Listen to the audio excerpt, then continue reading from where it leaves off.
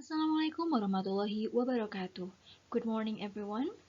We are now on to week 2 and segment 2 of our critical reading class.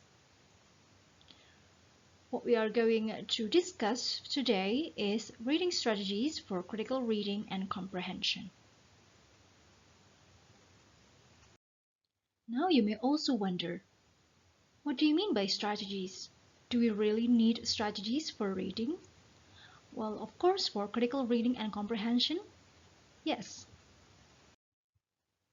But before we begin to discuss about reading strategies, now let's try to identify what type of reader are you?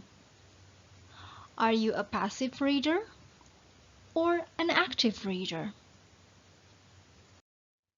So what are the differences between these two types of readers? Well, a passive reader is someone that reads all assignments the same way. So for example, if you're given an assignment, for example an essay assignment, and you have to critically assess something, you will read it the same as when you need to respond to an article. And then you also accept everything you read as true, and you just simply read.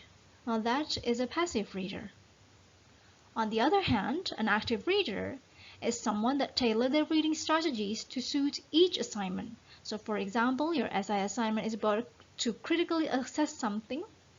You will try to delve into your readings and see whether you can critically analyze something. And if you were to respond to an article, you will respond it with your own evidence as well. And then you question ideas of the text. So you do not only accept everything as truth. And then you actively engage with the text or assignment by making notes, highlighting, and develop strategies to finish this assignment effectively. Now, of course, as university students, we all aspire to be an active reader.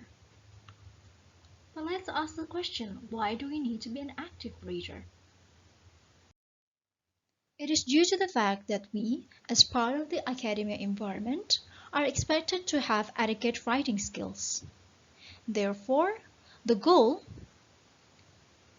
for this course is also to have a text-based writing. So we analyze readings, and then after that we will produce something out of it, which is writing. So here, as you can see, these are the goals. We are able to read effectively, able to identify, organize, and retrieve information with the use of critical thinking skills. And after you have analyzed your reading, you are to write a summary. You're able to summarize, paraphrase, and reference sources, and then write a reaction out of it. You're able to make a statement of how the reading relates to students, analyze and critique content or logic of the text. Now, the reading strategies itself consists of 3 stages. The first one is the pre-reading. It is what to prepare before the reading.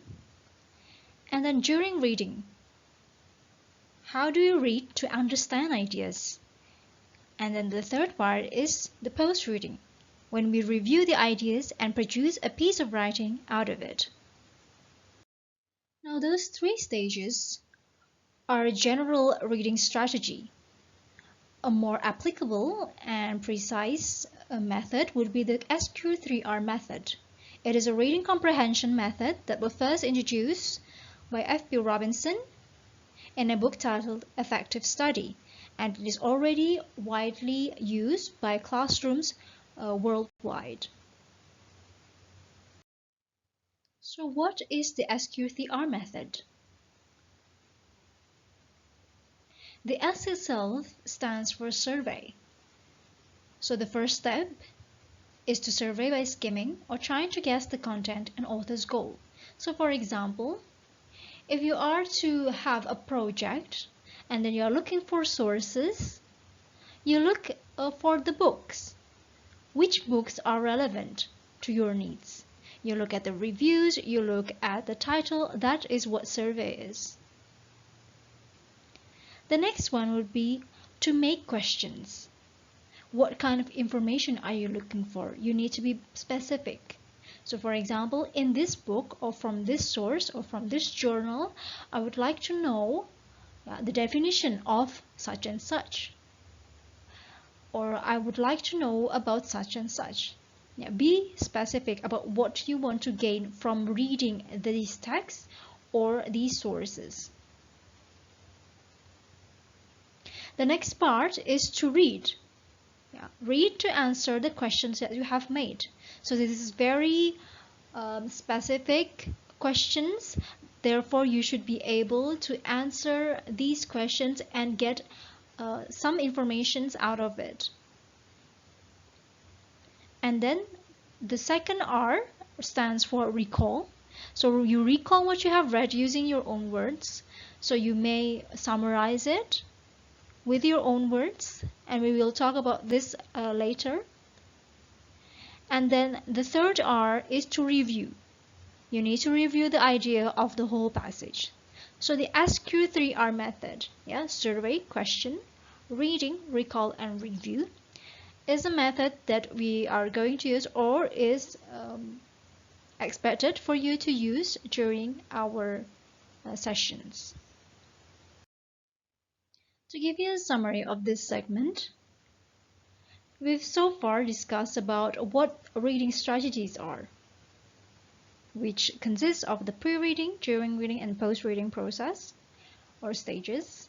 And then why do we need this? It is because our goal is to be able to read critically and write critically out of the readings that we've done. And then how are we going to do that is by using the SQ3R method. Well, next, what are we going to do? We are going to practice your reading strategies.